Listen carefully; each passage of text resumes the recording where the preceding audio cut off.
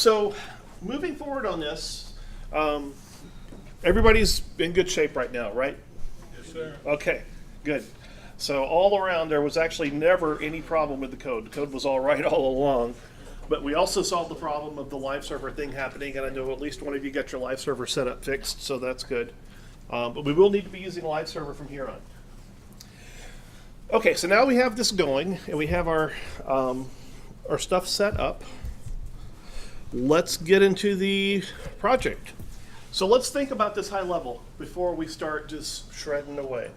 Okay, we're going to need to obviously get the form page built, and we're going to need to then do all the JavaScript that's going to wire it up, right? And get those three sections doing what they want. The form behaving the way it should behave in terms of spitting out information to the other two sections on the page, one of which being the article preview, and the other being the JSON export. Or, I guess, since you just heard a talk by Jason Greer, we could call it the JSON export. Though some people do call JSON, Jason. Just like data and data, JSON, Jason. And what was that other thing we had earlier today? Anybody, that people say it differently? What was that again, Megan? Favicon or Favicon, yeah. So anyway, there we are. Stephanie, are you stretching or do you have a comment or a question? Okay. Hard to tell. Stretch this way. Yeah, switch off to the side. Oh, we should all do some yoga, actually. Yeah, let me see. I could really use some yoga. All right, but we have all of this stuff to do, right? Can we do it all at once? No. No. So what are we going to do first? Break it down to small pieces. Break it into small pieces. So what small piece should we tackle first? The form. Create the form. Probably the HTML, right? Because if we don't have the HTML, we ain't got squat, do we? Can't test it. Can't test it, can't do anything. So we're going to need to build the form first. So let's go build the form. So let's go to new.html. And I'm going to close article. Well, I'll leave that open there for now. All right, and I'm going to move this over just a smidge. I don't need to see all of my file tree. So where's the form going to go? It's going to go in here, right? The body somewhere. Yeah, it's going to go into body somewhere, but we still have our collapse sections. So just as a reminder, right, the three main pieces of this page we're building. There's going to be a section that has the form, a section that displays the preview, and a section that displays the JSON export. Yeah. So, has anybody gone back and looked at their new.html by chance? Let's go look at it in the browser. What do you see in here? Well, Yeah, the missing articles. drop downs. Well, it doesn't need to have drop downs because there's going to be a form in there. It has all the articles that are already Because we're Oh, invoking it's got that right in method preview where mode? it's appending all those HTML elements. And since we have all the classes there, it's templating through and then just iterating through all the data. Right.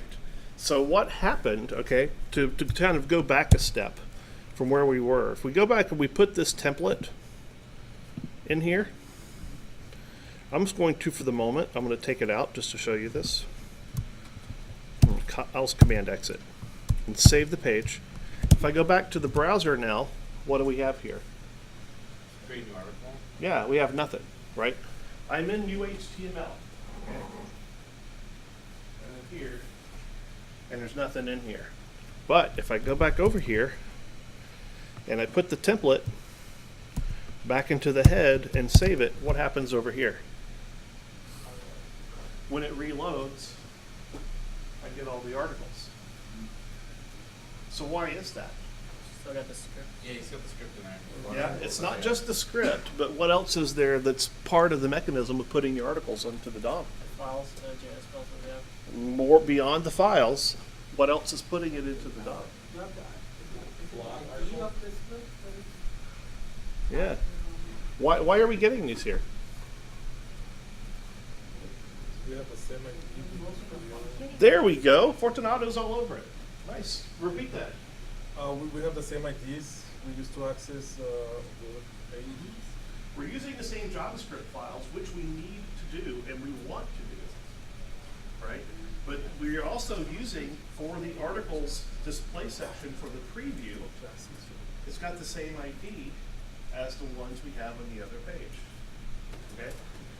We could wire this up and build this in such a way such that this page has a unique ID for its preview, right?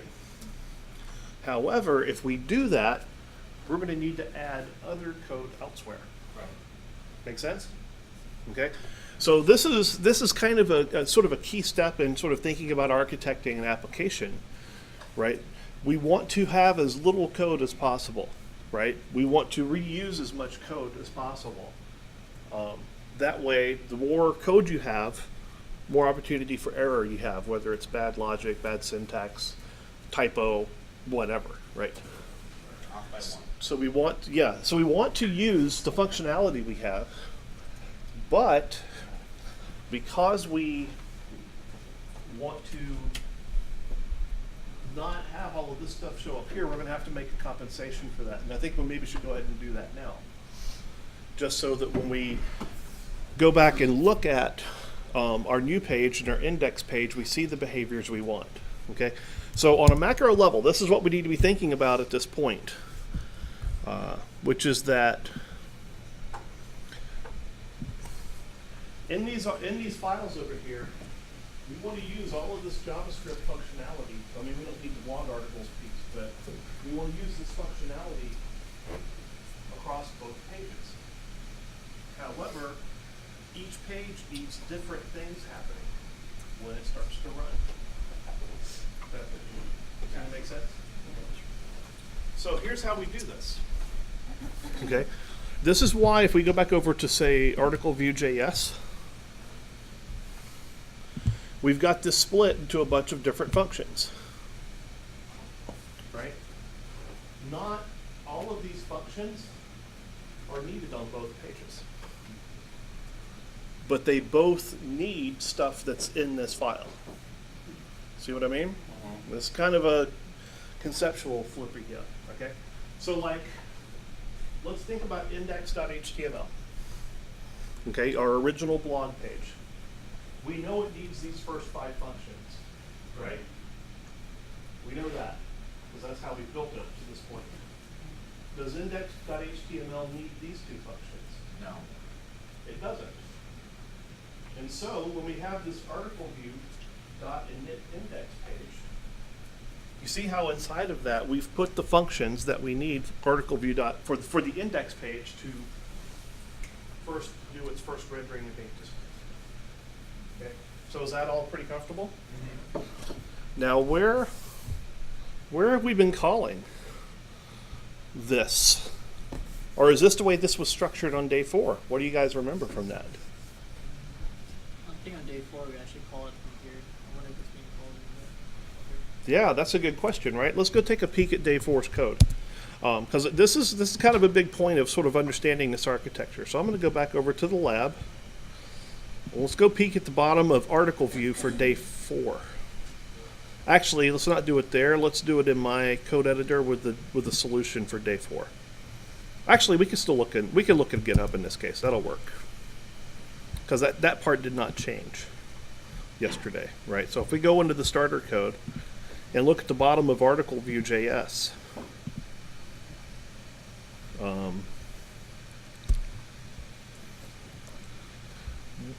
where are all of those article view functions that populate the page being called?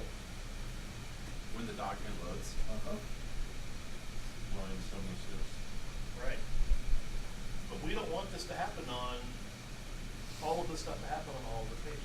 Okay, so this is what you're going to see here is going to look really weird to you.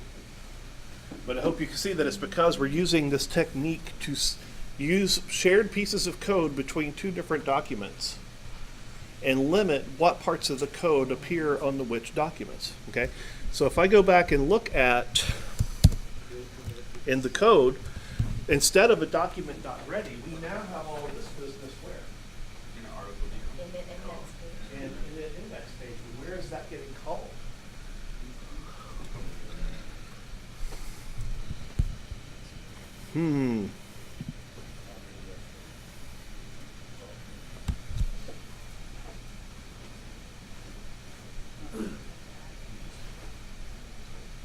So what file am I in right now? Index.html. Index.html. And what do I have at the very bottom of my page?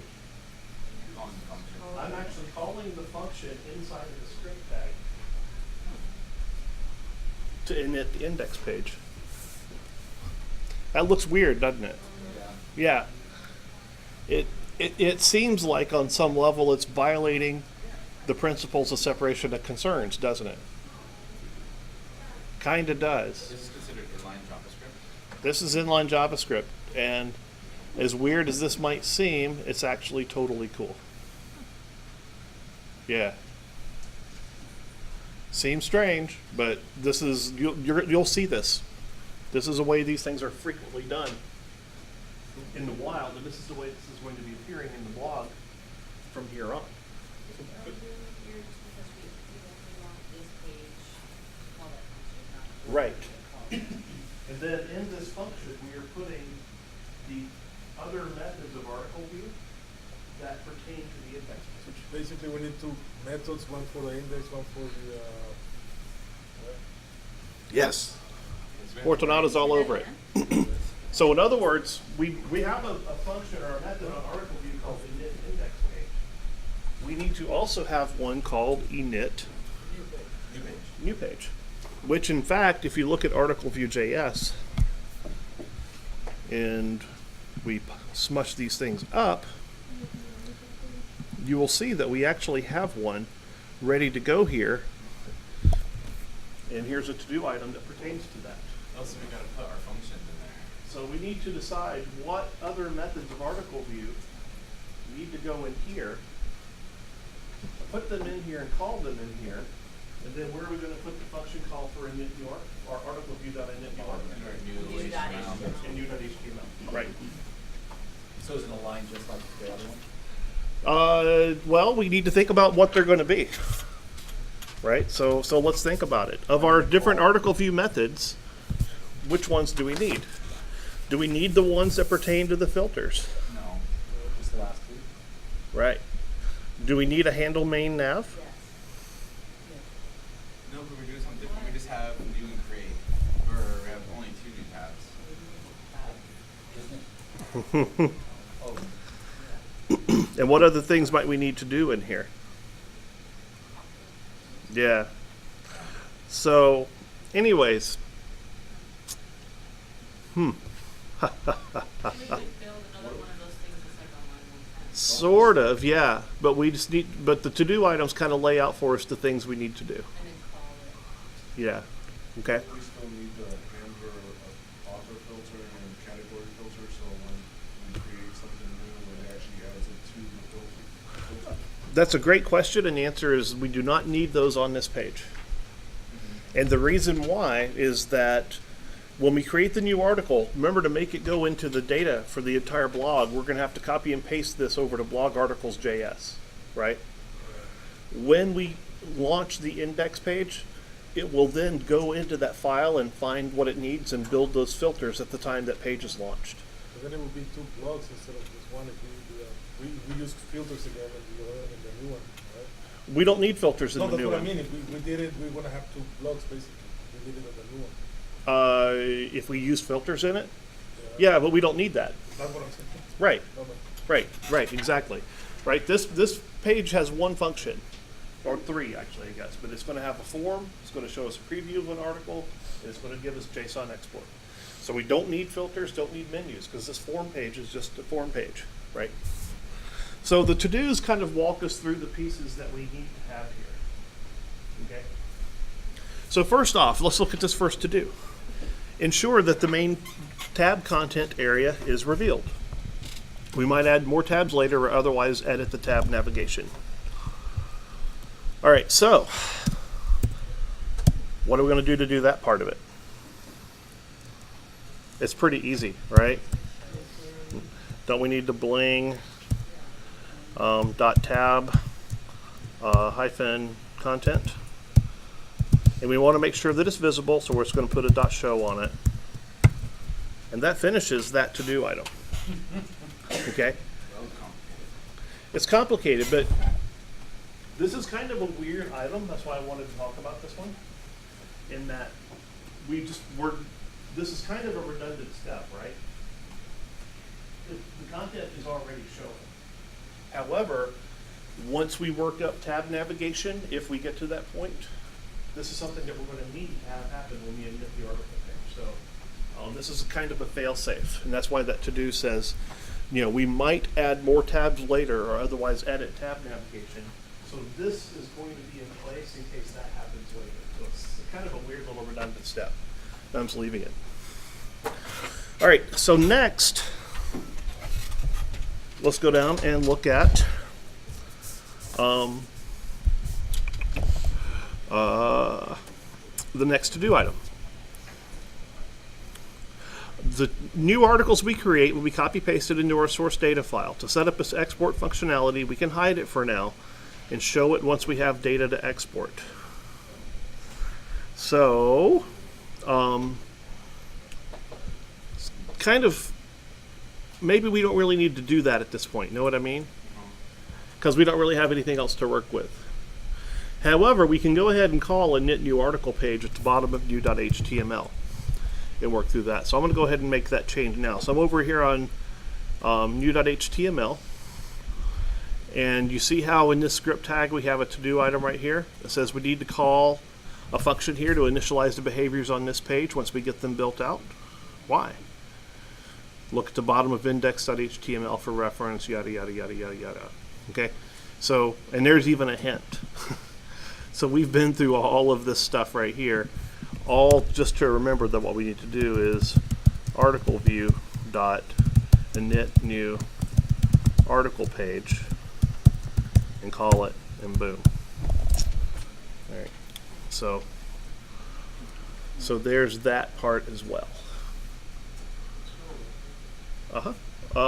Scroll how far?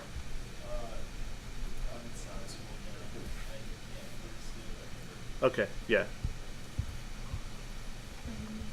So this will now, the behaviors that we put into our init new article page function as we start building things out more, that stuff will be triggered.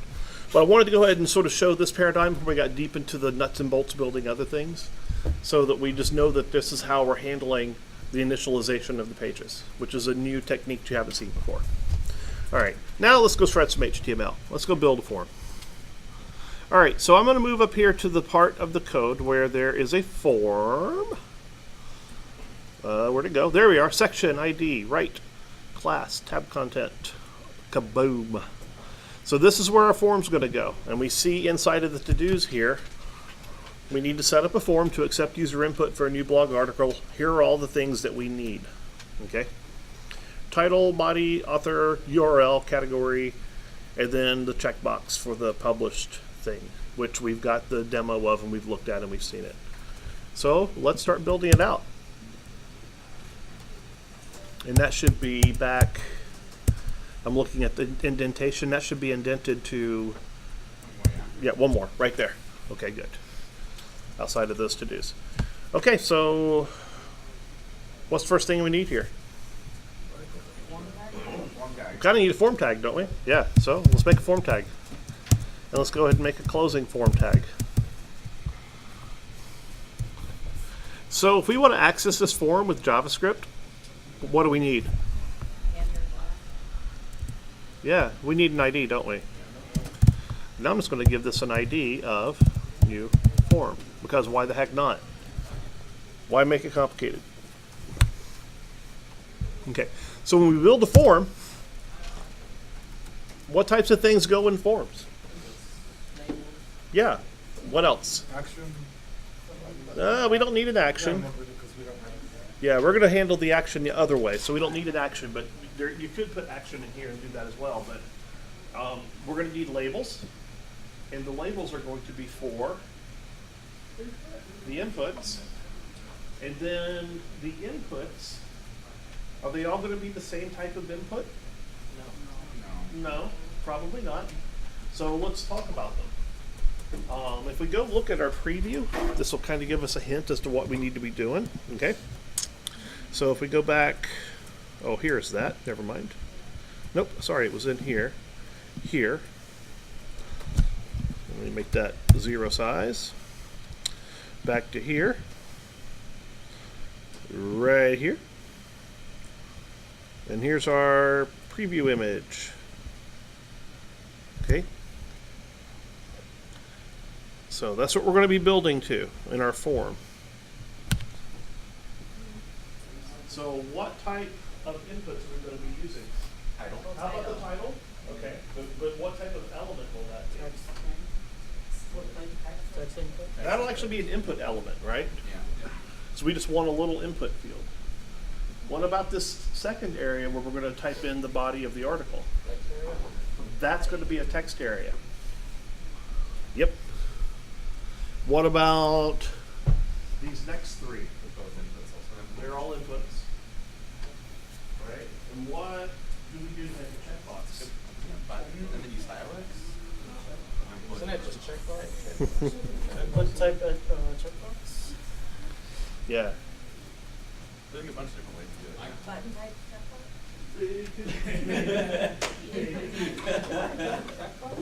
But if you want to make a checkbox, you know what you can do? Make an input. Give it that checkbox. Yeah. That would make sense, right? That would be the most sensible way to do this, so that's the way we're going to do it. Okay? So when we're building a form, anybody remember how we build forms? If somebody was to dictate to me what to type here, what would you say? We know we need inputs, right? And we know we need labels, right? So the question is, what order should this stuff go in? Any thoughts? Yeah. Right. So this is one of those things where it depends upon, there's a lot of different ways to do it. I'm not sure how you would have been instructed to do it. Okay. There's a lot of ways you can do it. There's not a right or wrong. One thing we can do is do the label, right, and give the label a for attribute. Remember that?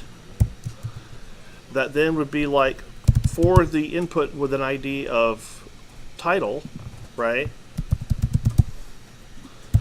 And as soon as you guys get this typed, I'm going to blow it up, which is kind of funny. But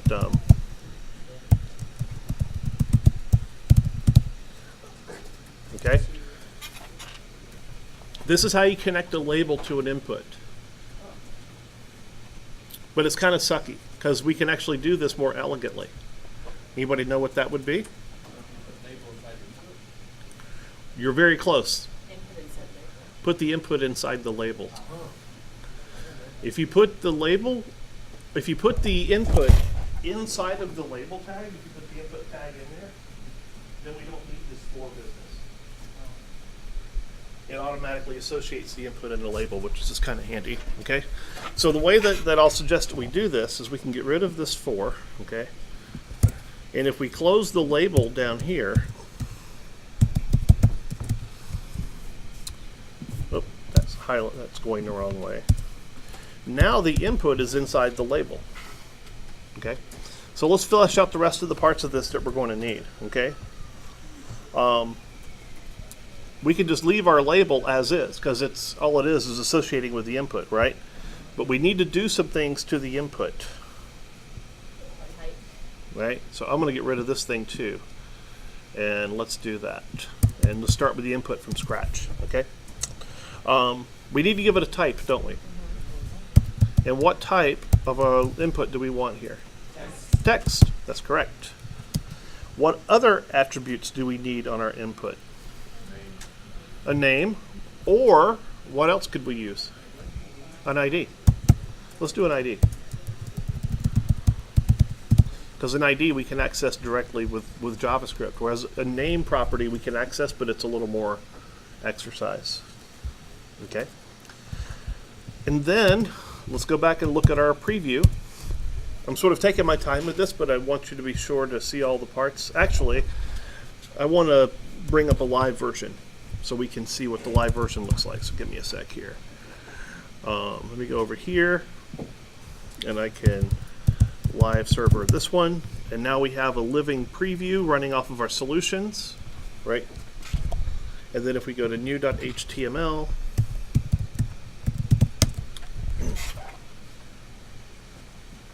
the living version of what we're building. This is the solution, right? You see how this is solution 5? For some reason the favicon is not. Is that because I commented it out and now it's finally showing, not showing? Probably. Anyway, what's going on with that article title? How do we get that in there? Placeholder. And how do we do placeholders? Yeah, it's a placeholder attribute that goes on the input. Okay, so let's go back over here to our new.html. There's our input. And let's do placeholder. And let's give it some words in here like article title. All right, if we do this and we go back to our preview, we should see the beginning of our article here. We're still getting these stupid articles down here. Don't we want to? Are they going to bug us if we keep at it? Yeah. Okay. So the quick and dirty fix for getting rid of those articles should just be we could hide them, or what if we just comment out that script? What's going to happen? Uh-oh. That's what mine looks like right now. So why is raw data not defined? Well, it is defined by Just get stuff from that. Because it's defined in the one that we just did, right? Oh man. Now what are we going to do? We could hide them. We could hide them. So we just go into the blog, articles log, and comment out all the raw data in there. Yeah. I think what I'm going to do, We just declare raw data somewhere else. I think what I'm going to do is this. I'm going to comment this back in so that it doesn't bug us anymore. And then instead, for now, what I'm going to do is go to my section ID of articles. Now I'm just going to rename this to article preview. And now let's go back and check it out, see if that gives us what we want. Sure enough. Now we're going to have to account for that later, right? So we may have to refactor that solution a little bit later, but at least now we don't have that stuff bothering us. We'll solve that problem when we get to it, right? Remember, as you're building stuff out, it's like a constant process of build, check, make a change, do something. Okay, we'll come back and do this again some other time and fix this later. But for now, as we're building out the form, we don't really care, but at least we're not seeing all those other articles down there, right? So it's like a little mental health moment. I'm like that when I'm working in the terminal. Like, I get a bunch of crap in my terminal. Sometimes I'm like, I don't want to see all that. And if you do a Command K, it just clears the terminal. It's like good for the mental health and your Zen to just like not have all that information you don't need. So we're just going to call that article preview for now. And we will go back and deal with it again later. But for now, we don't care. Yeah. All right. So is that everything we need in our input? No. What else would we need? The text field, we need the other 2 more inputs, the description, the author. Right. But I was asking about this one input. Oh, yeah. Oh, Is that everything we need in this input? Not the form. do we need closer input tag? What's that? Do we need closer input tag or is it self-closing? What's the rule on that? Input tags closing, self-closing, or we need to close it? They self-close. Okay. They self-close. Yep. So let's make another label. Now I'm going to show you another really interesting thing about these this little label, putting inputs inside of the label tricks too. So let's make a new input. To do that, let's make a new label. Not label. Label. And inside of the label, we're going to put an input. And this input is going to be an input? Or is this going to be a text area? Yeah. This needs to be a text area. Because this is the one that's going to hold the article body, right? And then the text area, we need to give it an ID, right? So it needs to have an ID of article body. What's another thing that we often do with text areas? Any thoughts?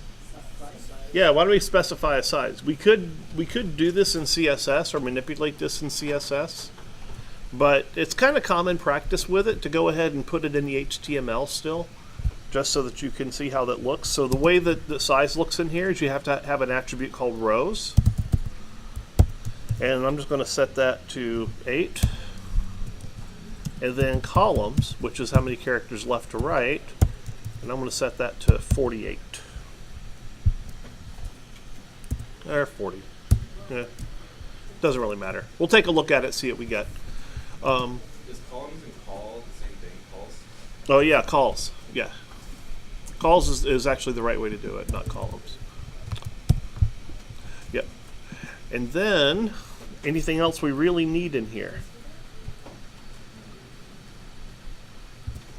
Let's close it. Is this the, And close- type in the body of the article? Yeah, let's close it, and let's close this label. Wouldn't we need a placeholder for that? We could, if we wanted to, for sure, put a placeholder in here. That's a good idea. Why don't we do that? I wouldn't know. Just put in here. Placeholder. Type your article here. Just be enthusiastic. All right, now let's go back and look at it in the browser. No, not there. In the browser. Oopsies. Yeah, do you see what's going on there? Yeah, it's people. Ah, ha, ha, ha, Text ha. area is not self-closing. Text area is not self-closing. Imagine that. Close it, I'm still getting the same thing. Me too. All right, let's go take a look, see what's going on here. Nah, refresh. Then if we close text area, Oh, that's where it didn't auto update. I know, me too. then we refresh, and there we are.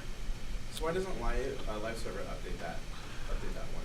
I don't know. Everything else, That was but weird, That was right? weird. I don't know. Okay. That's weird. It didn't update for me either, and I don't know why.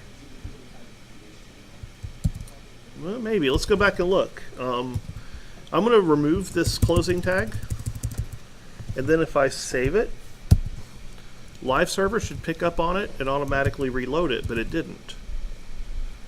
So you reloaded that But it did actually. It did. this one. It actually did, because now that stuff's in there. Does not like the closing tag. So let's go back to the code and let's close our text area. Ardia. All right, saved it. Let's go back to the browser. But it's not picking up on it. Huh. Well, this is why we're not going to use Live Server forever. Now if I refresh the page, though, everything is okay. And we have our placeholder there. Type the article here. That's good. Yep. We're kind of running into a little bit of a problem here, though, aren't we? Right? Something that's just going to bug us if we don't deal with it. Right? And what's going to bug us if we don't deal with it? Inline. The layout. Yeah. Because form inputs are default inline rather than block. They're going to sit side by side unless we tell them not to. So why don't we go back and go into our CSS and maybe add something to the CSS so that the stuff will not sit side by side. And again, this is just a little fix on the fly for our mental health. All right, so where should we put that in the CSS, do you think? Layout. Yeah. Are we going to put it in base? Look at all the stuff that's in base. They actually have a to-do item in base for the form styles, right? Yeah. Icons don't matter. Layout, let's just take a look at our layout CSS. There's nothing in here, but layout are like big layout pieces of things. Let's look at modules. Let's see what's affected here in modules. All of these little pieces. And here's the CSS for the article export portion to do. So I wanted to show you that we also have CSS to-dos to deal with too. So what do we think about the form stuff being in base? It's the right place and stuff. Anybody have an alternate opinion? Layout does seem more intuitive. I mean, what we want to do with this, no matter if like what website is, you want to like not go blocks with it one the other, move on. Yeah. So there's reasonable argument to put it in base. Adon, what do you think? Well, the base seems to be the one where all the starter code is working with, and then it's getting basically changed through layout, icons, and modules later on. So it's like they started off with the base CSS just to get it going, and then they change it throughout the other CSS. Yeah. So there's a little part of me that go ahead. Oh, no, I was just. You're stretching too? No, Yeah. I was just saying, like, I would do both. I would. There's a little part of me that wants to put this into modules. Right? And you see why I would think that way. No. No. Because it is a component on the page. And appropriately we use modules for storing the CSS for the modular components that make up a page. Right? And this form is not the entirety of the page. It is a piece of the page. But we still have the export section, right, which is actually listed in modules. And we have the article preview that's going to be kind of dragging CSS from all over. So part of me wants to put this thing into modules, but we're going to leave it in base. The larger point of this is that there's not a right or wrong answer. You know, when you're trying to decide where these things go. And ultimately, if I was working with on a project, and I was working either for a client, or I was working for a program manager, or if I was working on a team or whatever, we'd hit a moment like this, we'd have a conversation about it, and see what they want, or see what we think is best, and then just make a decision to go with it. Yeah, go ahead. So the way I understand, like, splitting up, because I want to make sure I'm thinking about this right, Mhm. is like the base CSS file, like, since all of our forms we want them to display as a block, at least at this point, you would do that in base, and then if you wanted to actually change how they're positioned on the page, then you would do that in the layout CSS. Right? Or fine-tune individual pieces of the form. Right. Maybe So- then you would want to do that in modules. Okay, gotcha. So it's not clear cut, right? There's not a right or wrong answer. However, I'll look at it this way. What type of selectors do we have here? These are element selectors, right? Almost exclusively on this page, right? Until we get down here to the link styles, but they're still primarily element selectors, right? And then we just have these other states of them that we can have. So here's our question. What element do we want to hit to make these things block? Well, if the form itself is already block. Label. How could we get both inputs and text areas with one shot? Label. That's what I'm going to do right here is label, display, block. I know that was a lot of talking for one simple line of CSS, but it's important conversation. I mean, these are the types of conversations you'll have when working with a team on building stuff out. There's a time where you just like shred it out and you sort it out later. There's times where you want to discuss it beforehand. Yeah, go ahead, Brian. When you have a colon, Oh, because I was talking while I was typing and just I was like, why are we doing this? I'm like, are we in no, like it's six just o'clock here? no, it's regular CSS. I was just distracted because I was typing. Yeah, go ahead, Dustin. But like functionally,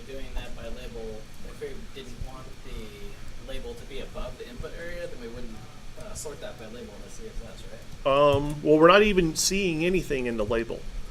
The labels are invisible. We're just using them as containers for the different types of inputs. There's boxes. Yeah, so now we come back over here, and now we see that we've got them sitting vertically, It looks so pretty. right?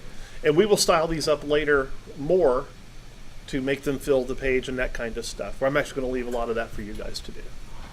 But I wanted to do at least this one little piece of CSS for our mental sanity, right? Okay, let's go back to the HTML and let's keep building our form here. All right, so we're going to need what? Article body is done, right? So now we need article author. So what type of input field is that going to be? That's going to be text area. Right, so not text, it'll be input. So let's do a label. And let's do an input. And let's do, come back over here, you. Type equals, this is going to be a lot like the first one, right? Yeah. Type equals text.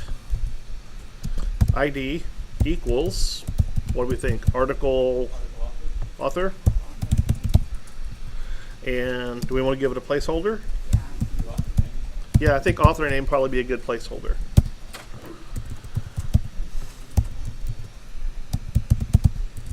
Oh, but not like that though.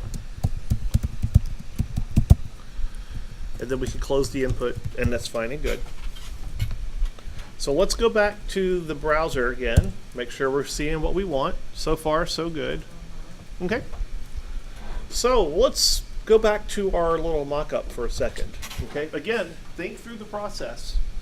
You're building this out for a client, or you're building this out for your boss, regardless of who's asked you and absolutely has paid you to do this, right?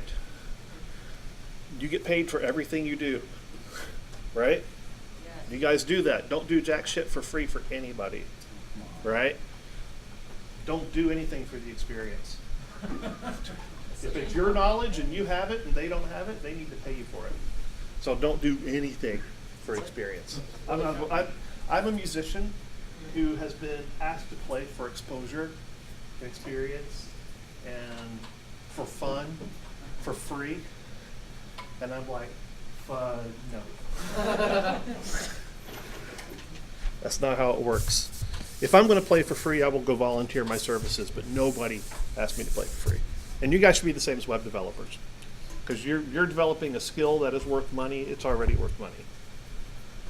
I know it seems weird that to say that to you as you're paying money to learn this skill, but it is worth money.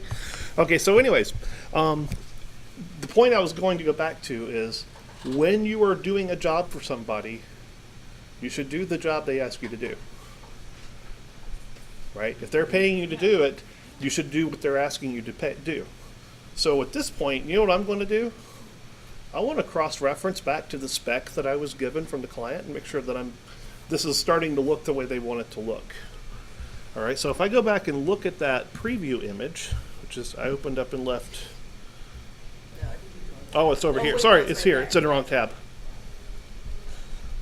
What we're not seeing in here is what a empty form would look like. In other words, what I'm drilling down to is what exactly should our placeholder content be? You know, I would, if I was a client, I'd probably put something there for a reason, right? So I want to look over here and look at the solution. The solution actually has no placeholder content in the body, which I think is kind of weird. And then author name. Little stuff jumps out at me, you know, and hopefully to you too. So you detail-oriented, proofready type individuals.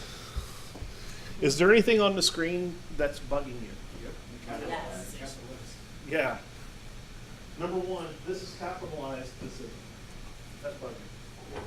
It's bugging me that line's going all the way over. All the way across the page? Yeah, Well, but that's the design of the form, though. I know, it just doesn't. And the form has a border on it and that kind of stuff, and you'll see how that stuff is later. But me, I'm going to make an executive decision and go ahead and capitalize this and put a placeholder here. And then if the client doesn't like it, okay, I'll fix it. But I just thought I'd try to help with this. Just thought I'd check something. And a good humble client would be like, yeah, you know, you're right, I kind of screwed that up when I gave things back.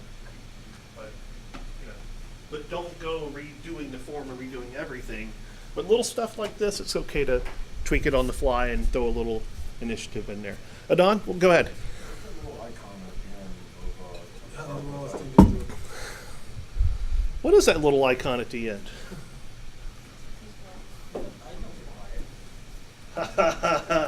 Who said that? The R word? All right, Scott, nice work, dude. What's the R word? The R word, required. So here's another little piece of this. You know, it seems like when we're typing these things out and shredding them out, we're just going to go like Hacker Typer. Do you guys know that site? Oh God. Okay. Well, hold on. Da, da, da, da, side round. Hacker Typer.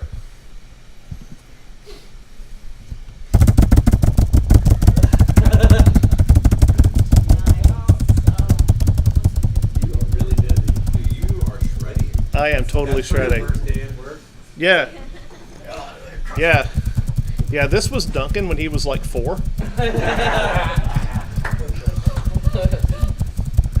You know. Yeah. I'm pretty sure Duncan's Okay, what'd you do? first words were static int groups. Unsigned int count. Yeah. He didn't speak regular English till he was like 10. Everything was just shredded out code. Yeah. So anyway, the larger point of this is that when we're working through things, we kind of want to just sit there and shred, but that's not kind of totally right. I'm going to give you guys another little moment here. I know this seems like a sideline, but don't worry, this is good. Coding movies, real life. This is one of the greatest vines ever. That's the YouTube version. Let's go to the one on Vine. Rest in peace, Vine.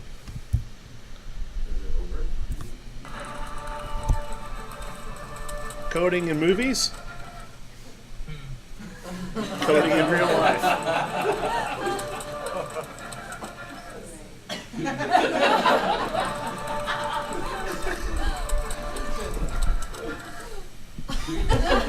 That's totally advertising. And he's using hacker typer, right? Yeah, he's using Hacker Type. You can really impress your friends at home. Yeah. Yeah. So what I'm going to do is I'm going to throw that Vine right in here.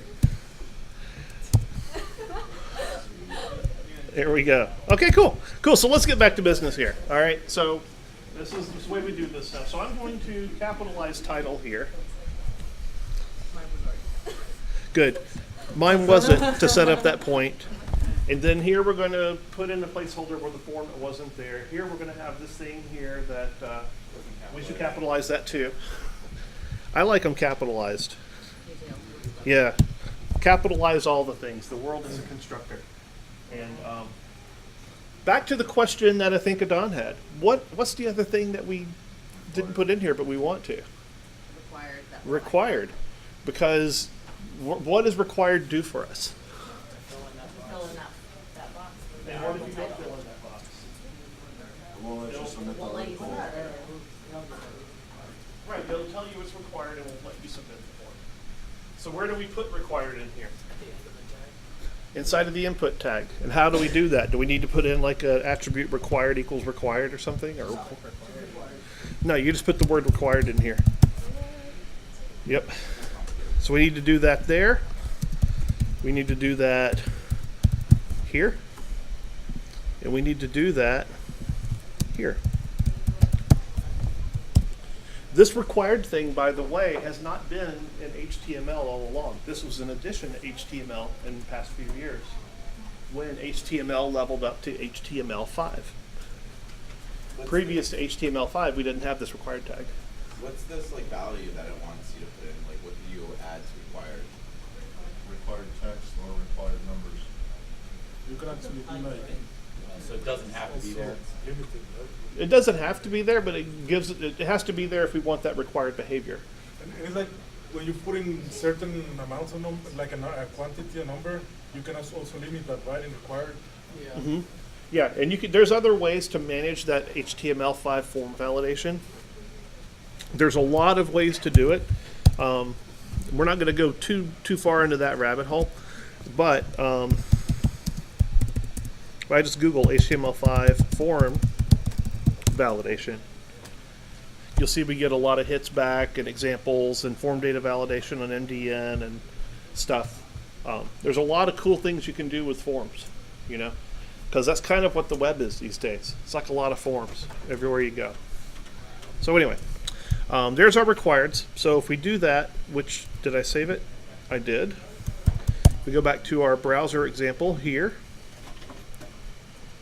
and we refresh. It did not pick up on those required yet. Huh. Is it style? If you mouse over it, it might say required. It might be- Yeah. but it doesn't have an icon. Yeah, it doesn't have the icon. Huh. Okay. Well, regardless, we have it in there. We're not really concerned about it for now. Let's go back to our form. Okay. That one's done, so we can close our label. Not label. Label. Save that. Now let's go down. Let's make another label. And let's make inside of that for author's URL, what type of input do we want here? Input text, right? So let's do an input type equals text ID equals article URL, maybe? Article author URL. Maybe article author URL. Yes. I mean, there's different ways of doing it. I want to do it that way because it's kind of consistent with everything else. Let's put in a placeholder. Author's URL. And then it's going to be required too. Oh, equal sign. Thank you. Took. Yep. So that one's done. And let's close that label. Let's make a new label. We're going to shred a little bit now. And article category, that's going to be another input, right? So we'll give this an ID, or sorry, type of text. Type E. Type equals text. ID equals article category. Placeholder equals article category, or do we just want to do category? I think I just want to do category. And we're going to require that stuff. Require.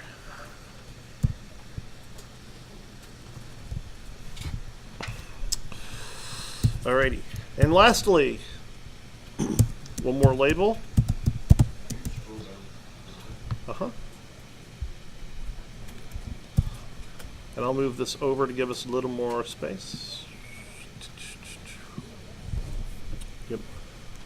So just looking at this code, I mean, technically, because we're sort of, I mean, we're kind of putting this input on a new line, which is kind of a good thing to do, right? Because it's inside of the labels. But it also just kind of, it's almost too much, isn't it? You know what I'm going to do just to make this a little easier to read? I'm going to put, oh, hold on a minute. I'm going to put this input on the same level as the label and move that to there. Oh, shit, hold on. Just to smush up the view of this thing a little bit. Make it easier for us to read and see it in class so everybody can kind of see what's going on.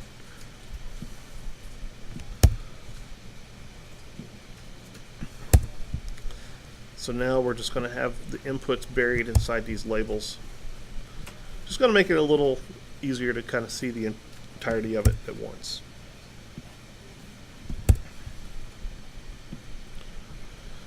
Alrighty, and then we need one more, don't we? Yeah, we need a label. Let's try to remember to put it in a tag. Not lab. Ah, come back here. a lob. This is not Holland. We don't need two A's in a row. We don't need two opening. Gosh, I can't type. I am a sucker typer today. Input type equals checkbox ID equals, what should we call this? Article, how about article published?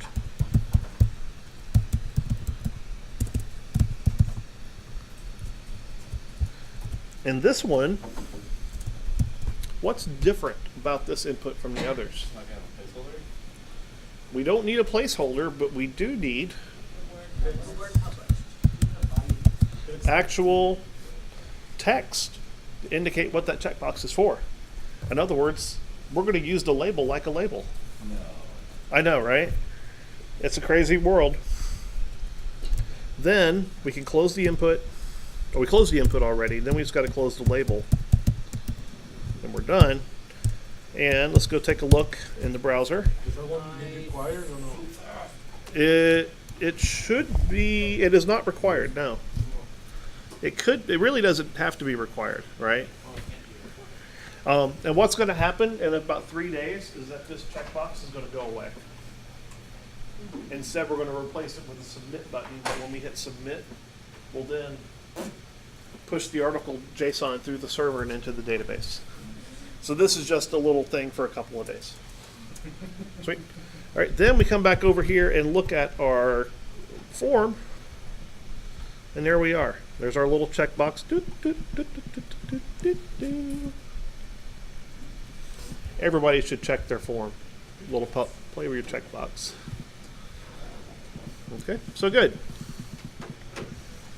So the HTML is built. You know, that's all we needed to do there with the HTML. Now we could style this up a little bit, make it wide, and do that kind of stuff. Hey, look what's in article title. Oh, mine doesn't do that. Mine is now. Interesting, huh? It's whenever you hit submit, like it'll pop up and you get a little box. All right. So then, I bet if I put like a title like Weasel, and I hit tab to the next one, I try to hit submit or hit enter. Actually, we come down here and hit enter. Yeah, it's not catching it. Okay. Yeah, until you try to send it. Yeah. So since we don't have an action on the form, it's not going to do anything. Refresh, and we will tell you that. It's Cool. so weird that you have a little icon. Whoa. Hey, I didn't mean to try to save that. You quit that. Come back here. Is that a map route? Can I see the code? Oh, no, you're Yeah, let's go back to the code really fast. So there's the entirety of the form code. So we've got this thing built, right? Now granted, we could have built this a whole heck of a lot faster, right? But the point is not always to do it fast. Sometimes you want to take your time and be thoughtful about what you're doing. And just, you know, make sure that everybody's able to keep up and all that kind of stuff. So I'm kind of going slow for a couple of reasons. One, to give y'all adequate time to type and catch up and fix your errors and that kind of stuff. You know, and also just because we can talk and fill in these gaps, that's useful to do. And then also because I think a lot of young coders and beginning coders or however you want to describe yourself at this point in your life, why don't we say you're pre-advanced coders? Pre-advanced? Yeah, you're pre-advanced. You're before you're advanced. That's a fancy way of saying you're intermediate. West Coast New Fire. Yeah. So you're pre-advanced professionals. You're pre-professional. Pre-advanced. Yeah. Anyways, I think a lot of people tend to want to go too fast when they code, right? Because you see the movies, you see the vines, you see Hacker Typer, and you think that's how fast you have to go. No. You don't. And it's kind of funny, you know. There are a lot of coders who love to go really fast, and I'm not one of those. I like to take my time, think about what I'm doing, and you know, think through it, not just shred it out. Duncan, of course, being the freak of nature he is, being the one, totally shreds, right? And he's just like, and I'm different. I'm just slower. I like to take my time. So there we are. We got a form. So next up, we got to start getting this form. Remember, we don't need to do anything down here in this part, okay? Because that's just going to be where we display stuff. As for the displaying of the article export, I think we'll just table that until we're ready to get to that functionality, right?